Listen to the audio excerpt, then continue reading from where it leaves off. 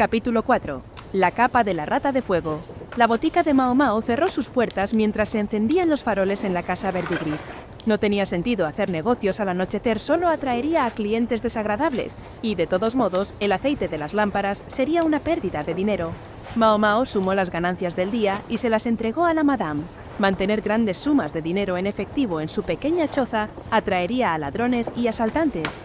Era mucho mejor tener el dinero guardado en un lugar seguro, aunque tuviera que pagar por ese privilegio. Luego recogió el carbón y las hierbas y cerró la pequeña tienda. «Muy bien, nos vamos a casa», anunció. «¿Qué ya?» Chou-U refunfuñó, pero ella lo tomó del cuello y se dirigió a su choza. Aunque estaba situada justo detrás de la casa verde y gris, las paredes estaban plagadas de grietas que dejaban pasar el viento, por lo que hacía mucho frío. Mao Mao colocó las brasas entre el papel de arranque de la estufa, y cuando hubo un fuego decente, le echó algo de leña. Chou-U, sintiendo el frío, estaba acurrucado en su colchoneta, envuelto en su manta. Mao Mao calentaba una sopa en una olla sobre el fuego, removiendo suavemente.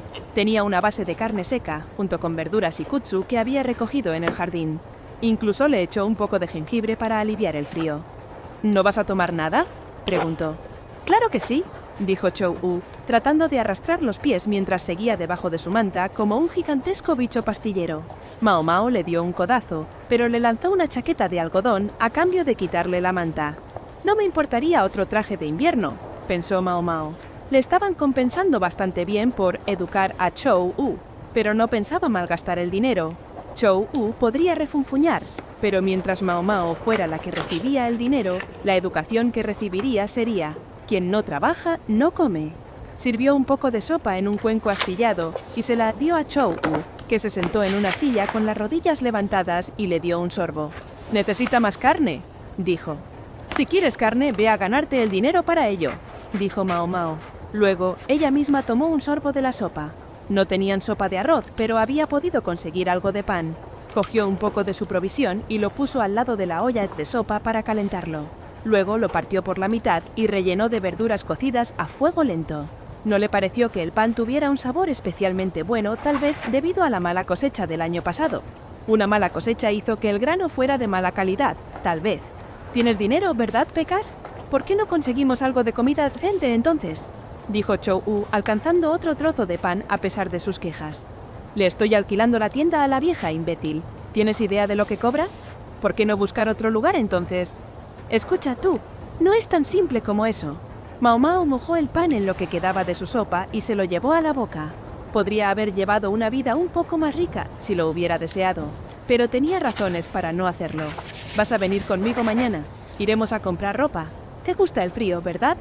«Sí», dijo Chou-U, levantando las manos, pero el movimiento lo tiró claramente de la silla. Su parálisis le impidió sujetarse, por lo que cayó patéticamente al suelo. Mao Mao lo miró por un momento, con una expresión fría mientras lavaba su cuenco en el cubo de agua. Al día siguiente, ella y Chou-U fueron al mercado, que bordeaba la gran vía que atravesaba la capital de norte a sur. Cuanto más al norte, más ricas eran las tiendas, mientras que la clase y la calidad disminuían a medida que se avanzaba hacia el sur. El distrito del placer se encontraba en el sur de la capital, por lo que los primeros puestos del mercado que encontraron ni siquiera tenían toldos, eran solo mercancías dispuestas sobre esteras de junco. Cuanto más se adentraban en las calles laterales, más sombrías eran las tiendas. La proximidad del barrio del placer parecía engendrar lugares que vendían medicamentos dudosos. Naturalmente, una boticaria como Mao Mao no se dejaba engañar por esos productos, y los comerciantes lo sabían. Ninguno de ellos la llamaba al pasar por sus tiendas. Buscaban a los hombres que aún no estaban acostumbrados al distrito del placer. Esos eran los mejores blancos. Mao Mao se dirigió hacia el centro de la capital, agarrando a Chou-U por el cuello cada vez que amenazaba con alejarse. A veces se decía que comprar barato podía costar dinero. Una chaqueta de algodón de uno de los puestos callejeros sería ciertamente barata, pero el material sería pobre. Nunca resistiría al mocoso que corretea con ella y hace todas las cosas que hacen los niños. Cualquier comerciante con un edificio real sabría que necesita la confianza de los compradores locales. Una chaqueta de algún lugar con un escaparate real costaría un poco más, pero inspiraría mucha más confianza en el producto. Mao Mao eligió un lugar entre la maraña de tiendas y entró a un lugar que vendía ropa a los plebeyos, incluida la ropa usada. Cuando pasó la cortina y entró en la tienda, vio la ropa colgada del techo. Dentro, el tendero estaba remendando una prenda y bostezando. Un brasero a su lado estaba lleno de carbones crepitantes, pero estaba rodeado por un escudo para evitar que las chispas cayeran sobre la mercancía. ¡Au! Ropa usada. No seas exigente. Chou-U todavía era pequeño. Pronto daría un estirón. Sería más económico comprar algo que no tuvieran que dudar en reemplazar. Mao Mao estaba buscando entre la mercancía una chaqueta acolchada para niños cuando algo le llamó la atención. ¿Qué? Chou-U, siempre atento, se acercó. Era una túnica colgada en la pared, un traje de falda larga de color blanco puro. La falta de color le daba un aspecto algo sencillo, pero también tenía un aroma exótico. Era de lo más inusual. A Mao Mao le llamó la atención el bordado de lo que parecía un patrón de vides en las mangas. ¿Podría ser esto? Cielos, parece bastante barato, dijo el pequeño. Que el cielo no dude en decir lo que se le ocurra. Mao Mao le dio una bofetada, alertando de que el tendero podría estar escuchando, pero del propietario solo oyó risas. «Ah, ¿crees que eso es barato, bollo?» «No lo es. Se supone que la ropa de las chicas es colorida». «Supongo que tienes razón». El tendero puso un alfiler en un alfiletero, luego se frotó los hombros rígidos y les sonrió. Dejó que su mirada se desviara hacia la bata. «Pero esta túnica, verás. Una ninfa celestial la llevó una vez». «¿Una ninfa celestial?» Eso pareció despertar el interés de Chou-U. Había tomado asiento encima de una cómoda. Quizá la parálisis le dificultaba permanecer de pie demasiado tiempo. «Molesta». Mao Mao continuó su búsqueda por la tienda. El tendero era uno de esos dependientes que mataban el tiempo charlando con los clientes. No había forma de saber cuánto de lo que decía era cierto. Lo único que recordaba era cómo solía conseguir que su padre Luomen se quedara con él durante horas. «Solo necesito encontrar algo y luego podremos salir de aquí». Si Chou-U estaba ocupado hablando con el dependiente, era perfecto. Ella podría encontrar algo mientras él estaba distraído, pero era un lugar pequeño. Le gustara o no, iba a escuchar la historia del dependiente mientras navegaba. «Verás, esa túnica me llegó desde el oeste. Un aldeano de uno de los pueblecitos de allí ayudó a una chica que se había perdido en el camino. La chica era muy hermosa, y el aldeano se enamoró perdidamente de ella. Era una joven muy singular. Tenía la piel blanca y el pelo dorado. Sabía hilar un hilo que no se parecía a ningún otro, y con él tejió varias túnicas para recompensar al aldeano que la había ayudado. Las túnicas estaban bordadas con diseños misteriosos y se vendieron por varias veces el valor de cualquier otra tela. La chica insistió en que quería volver a su pueblo natal, pero no parecía saber dónde vivía. Debía de venir de alguna tierra lejana, supongo. El aldeano le propuso matrimonio a la chica, y luego otra vez, y finalmente ella decidió aceptarlo. Pero fue un mal momento, porque justo en ese momento, la familia de la niña llegó al pueblo, buscándola. Se notaba que era su familia porque tenían el mismo tipo de pelo y piel. Sin embargo, el aldeano había conseguido que la chica aceptara su propuesta y no estaba dispuesto a renunciar a ella. Así que la escondió y todo el pueblo fingió no saber nada del asunto. La familia de la chica se marchó, pero sospechó. El aldeano decidió que era mejor apresurarse a celebrar la boda y convertir a la joven en su novia. Una vez unidos en matrimonio, la familia de ella dejaría de ser su familia. La joven se opuso, pero los aldeanos no le hicieron caso. La obligaron a bañarse en el manantial de la aldea para purificarse, tras lo cual planeaban celebrar la boda inmediatamente. La joven lloró mientras se lavaba. Su único consuelo era que, como vestido de novia, llevaba una de las túnicas que había hecho, un recuerdo de su hogar perdido. ¿Puedes imaginar el dolor que debe haber sentido? Incluso cuando se puso el vestido de novia, casi se ahogó en lágrimas. Mientras todos los que la rodeaban lo celebraban, la chica se acercó al altar para jurar sus votos al aldeano. Sin embargo, ni siquiera en ese momento pudo olvidar a su familia. Le rogó al hombre de valor,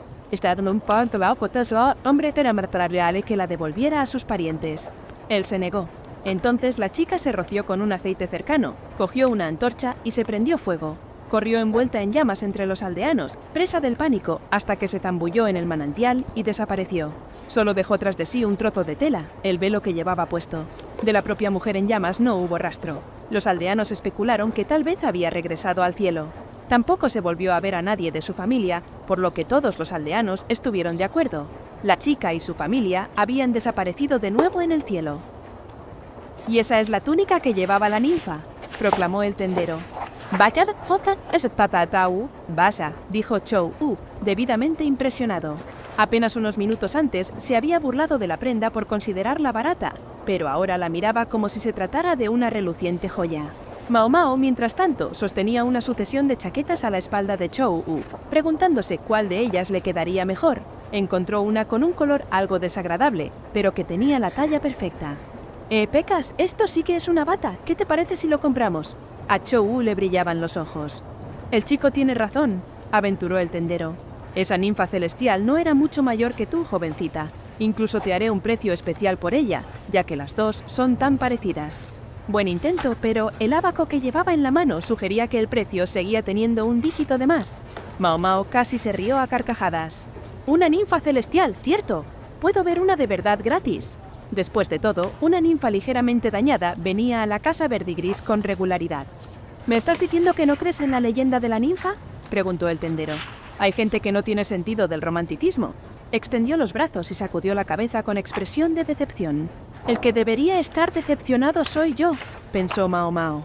No solo había visto antes a una ninfa celeste, sino que había visto a una desvanecerse en el agua como en el cuento.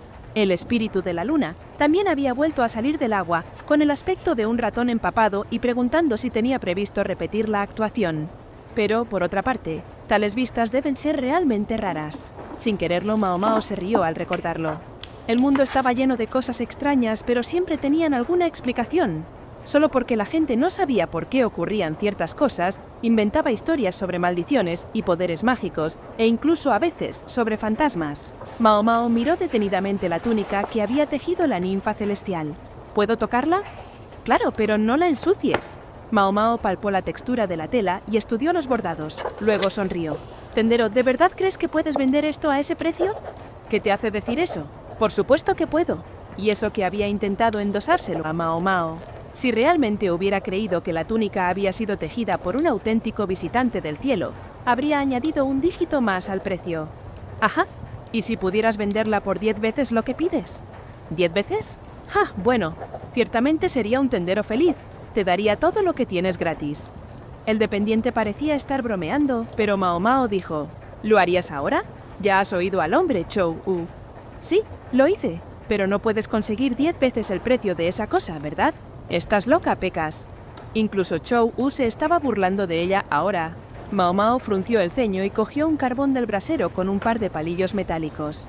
Voy a tomar prestada la bata y este carbón durante unos minutos, señor. Oye, ¿qué estás haciendo? Mao Mao sacó su monedero y lo puso sobre la cómoda. Tunk. Era todo el dinero que llevaba consigo, pero debía cubrir esta bata. El tendero dejó de quejarse cuando vio el dinero. Mao Mao, mientras tanto, sacó la bata y el carbón a la calle y luego tiró la prenda al suelo. ¡Oye! El tendero empezó a gritar de nuevo, pareciendo un poco enloquecido, pero Mao Mao le ignoró. En su lugar cogió el carbón con sus palillos y lo dejó caer sobre el vestido. Pecas, estoy un poco caliente, dijo Chou Wu desde debajo de varias capas de chaquetas de algodón. Lo había vestido demasiado, poniéndole capas de chaquetas hasta que parecía un muñeco Daruma regordete. Quítate algunas capas entonces. Chou Wu solo las llevaba porque se había quejado de tener que cargar con ellas. La propia Mao Mao llevaba una túnica nueva. Normalmente prefería colores menos llamativos, pero no iba a quejarse de algo que le hayan regalado. Le quedaba bien, y eso era lo que contaba. Oye, Pecas, ¿por qué no se quemó la túnica?, preguntó Chou Wu. Mao Mao había resoplado a su pesar ante el nombre que el tendero le había dado a la túnica de ninfa celestial. Había un nombre mucho mejor para ella. La capa de la rata de fuego, había sugerido, susurrando al oído del tendero. La túnica se había negado a prender fuego cuando ella había dejado caer el carbón sobre ella. De hecho, había salido sin ni siquiera una marca de quemadura. Los transeúntes estaban asombrados, tanto que podrían haberla creído si les hubiera dicho que la túnica había pertenecido a una ninfa celestial. ¿De qué está hecha la ropa, Chou Wu? ¿De qué están hechas? ¿Te refieres a algodón, cáñamo y demás? Es solo hierba y fibras. Y tal vez a veces bichos o algo así. Esa túnica estaba hecha de roca. La mandíbula de Chou Wu cayó tan rápido que Mao Mao casi se ríe. ¿Roca? ¿Te refieres a roca? ¿Cómo lo hicieron? Incluso la piedra puede adoptar muchas formas diferentes. La fibra de roca podía convertirse en tela. Era una técnica inusual, pero que existía desde la antigüedad, llamada Wohuanbu. Pero eso no sonaba muy impresionante, así que había tomado prestado un nombre usado para el material en el país insular del este. Y por supuesto, la roca no arde. Aún así, ¿qué aspecto debía tener para la gente que lo presenciaba? Incluso aquellos que conocían el Wohuanbu podrían estar viéndolo por primera vez. Su singularidad ayudaría a subir el precio entre los coleccionistas curiosos y había hecho ganar a Mao Mao un auténtico armario de ropa gratis. Así que esa es la historia. ¿Qué hay de la ninfa celestial entonces? Sospecho que fue mitad verdad y mitad mentira. Mao Mao había reconocido el bordado de las mangas de la túnica, estaba escrito en los caracteres del país extranjero que su viejo, Luomen, había utilizado a menudo para escribir sus notas. Cuando se estilizaban, los caracteres podían parecer enredaderas que se arremolinaban y trepaban. La supuesta ninfa celestial probablemente había sido de esa zona, y si había tenido el pelo dorado y la piel blanca, tal vez también tuviera algo de sangre norteña en sus venas. Si el matrimonio de parientes cercanos se prolongaba demasiado en un pueblo pequeño, la descendencia se debilitaba, por lo que los habitantes de esos lugares seguramente desearían tener líneas de sangre más lejanas. Quizá la joven se había perdido realmente, o quizá había sido secuestrada. Fuera lo que fuera, los aldeanos ciertamente no querrían dejar escapar un premio así. Así que la muchacha había confeccionado su vestido, enferma del deseo de volver a casa con su familia. Tejió con un material inusual, fibra de roca, y lo bordó con caracteres que los aldeanos no podían leer. Un mensaje secreto pidiendo ayuda a su tierra natal. El día de la boda, lo más probable es que llevara ropa interior que había empapado de agua. También se habría empapado el pelo, usando su velo para disimularlo. ¿Sabías que hay una forma de evitar que un cuenco de madera se queme aunque le pongas fuego?, dijo Mao Mao. Basta con llenar el cuenco con agua. Hasta que se secara por completo, la madera no se incendiaría, al menos mientras el calor no superara cierta temperatura. Si la mujer llevaba ropa interior mojada debajo de una túnica de fibra de roca, y si luego se ponía también una prenda más inflamable por encima, lo único que tenía que hacer era saltar al manantial antes de sufrir alguna quemadura. Si utilizaba los patrones de la túnica para indicar cómo había escapado, era probable que alguien la encontrara más tarde. Por supuesto, no tenía garantías de que funcionara, pero a juzgar por el relato del tendero, lo había conseguido. En cierto nivel, no era tan diferente de la actuación que habían hecho en el banquete para los enviados el año anterior. Dijo Chou Wu, pareciendo realmente impresionado. ¿Por qué no le dijiste nada de eso al tipo de la tienda? No querría estropear el romance. Chou Wu se rió, como si admitiera que tenía razón. Había además otra razón, aunque una que Chou Wu no necesitaba conocer. Había un fino bordado en el interior de la túnica, así como en las mangas. Así que tenemos una joven de algún lugar del oeste o del norte, pensó Mao Mao. ¿Tendría una joven perfectamente ordinaria el valor de prenderse fuego y correr por ahí? Mao Mao ciertamente no lo haría. Además, la joven sabía leer y sabía cómo hacer la fibra de piedra. ¿Todo el mundo en las calles de estas otras tierras sabía hacer esas cosas? Parecía poco probable que un artista errante poseyera tales logros. Quizá fuera una espía o algo así. El oeste era más propenso a pequeñas disputas fronterizas con otros países que muchas regiones cercanas. La idea de que la joven fuera una agente de inteligencia no era descartable, aunque, de ser así, parecía ser algo descuidada. Mao Mao, por su parte, sonrió sardónicamente ante estas fantasías sin sentido y continuó el camino a casa.